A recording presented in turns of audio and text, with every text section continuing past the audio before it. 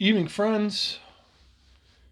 About to read chapter 24 of Mosiah, the last of the chapters for the week of May 11 to 17 of Come Follow Me, in which we find out what ultimately happens to the people of Alma after they have been captured by the Lamanites and the people of Amulon, the priests of Noah, who first ran off and left their wives and children, and then the king got burned and they were going to burn those priests, but then they fled farther into the wilderness, and then when they're out there by themselves, kidnapped the daughters of the Lamanites so that they could have wives and children and whatever. So these are some seriously nasty dudes, as we will see.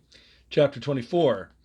And it came to pass that Amulon did gain favor in the eyes of the king of the Lamanites. Therefore the king of the Lamanites granted unto him and his brethren that they should be appointed teachers over his people, yea, even over the people who were in the land of Shemlon, and in the land of Shilom, and in the land of Amulon. For the Lamanites had taken possession of all these lands. Therefore the king of the Lamanites had appointed kings over all these lands. And now the name of the king of the Lamanites was Laman. Shocker. Being called after the name of his father, and therefore he was called King Laman, and he was king over a numerous people.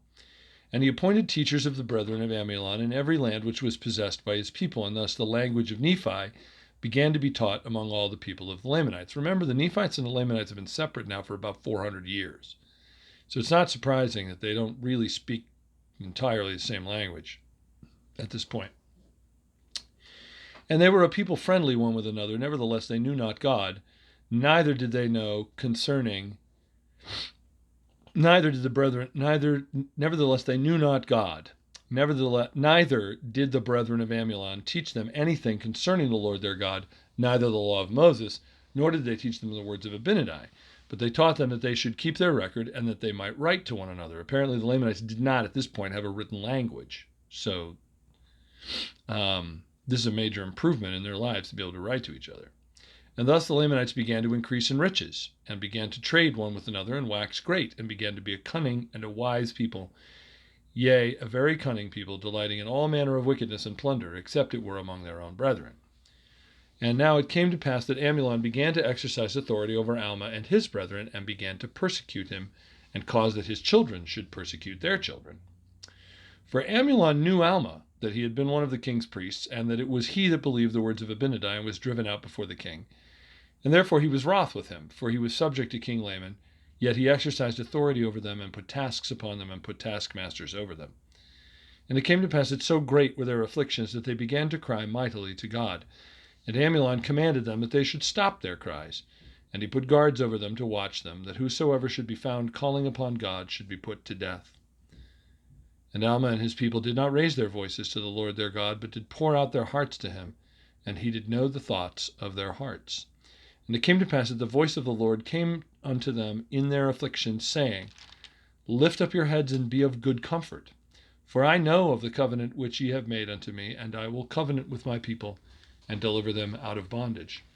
And I will also ease the burdens which are put upon your shoulders, that even you cannot feel them upon your backs, even while you are in bondage. And this will I do, that ye may stand as witnesses for me hereafter, and that ye may know of a surety that I, the Lord God, do visit my people in their afflictions. And now it came to pass that the burdens which were laid upon Alma and his brethren were made light. Yea, the Lord did strengthen them, that they could bear up their burdens with ease, and they did submit cheerfully and with patience to all the will of the Lord. It's a great example for us. And it came to pass that so great was their faith and their patience that the voice of the Lord came unto them again, saying, Be of good comfort, for on the morrow I will deliver you out of bondage. And he said unto Alma, Thou shalt go before this people, and I will go with thee, and deliver this people out of bondage. Now it came to pass that Alma and his people in the night time gathered their flocks together, and also of their grain, yea, even all the night time were they gathering their flocks together. And in the morning the Lord caused a deep sleep to come upon the Lamanites, yea, and all their taskmasters were in a profound sleep. And Alma and his people departed into the wilderness, and when they had traveled all day, they pitched their tents in a valley, and they called the valley Alma, because he had led their way in the wilderness. Yea, and in the valley of Alma they poured out their thanks to God, because he had been merciful unto them, and eased their burdens, and had delivered them out of bondage, for they were in bondage, and none could deliver them except it were the Lord their God. I want to point something out here. God is the one who they give credit to for having um, having liberated them. They did the work. I mean, they were the ones who escaped. They're the ones who gathered all their flocks together and escaped and so on. But they gave God the credit for having made it happen. That often, I think we're tempted to look at our successor when something goes right and say, "Well, this, we went right. This worked because I did something." Well, we probably did. I mean, if you do nothing, you're not going to have success.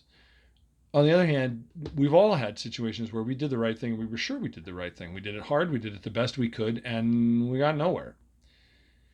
In the first place, our ability to do the right thing comes from God, but also the success is a blessing from Him whenever we have it, no matter whether we worked really hard for it or not. The results are always in the hand of God. We're just responsible for the work that we put in. Verse 21. Yea, and in the valley of Alma they poured out their thanks to God because He had been merciful unto them and eased their burdens and had delivered them out of bondage, for they were in bondage and none could deliver them except it were the Lord their God. And they gave thanks to God, yea, and all their men and all their women and all their children that could speak lifted their voices in praises of their God. And now the Lord said unto Alma, Haste thee, and get thou and this people out of this land, for the Lamanites have awakened and do pursue thee. Therefore get thee out of this land, and I will stop the Lamanites in this valley, that they come no further in pursuit of this people. I've always been curious as to how he did that. Must have been something to watch. And it came to pass that they departed out of the valley and took their journey in the wilderness.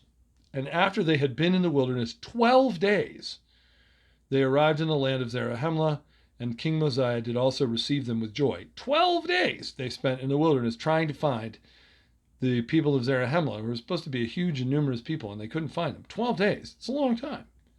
It's a pretty big area we're talking about here. And that ends our Come Follow Me for the week of May the 11th through the 17th. Thanks for hanging with me. I'll see you again next week.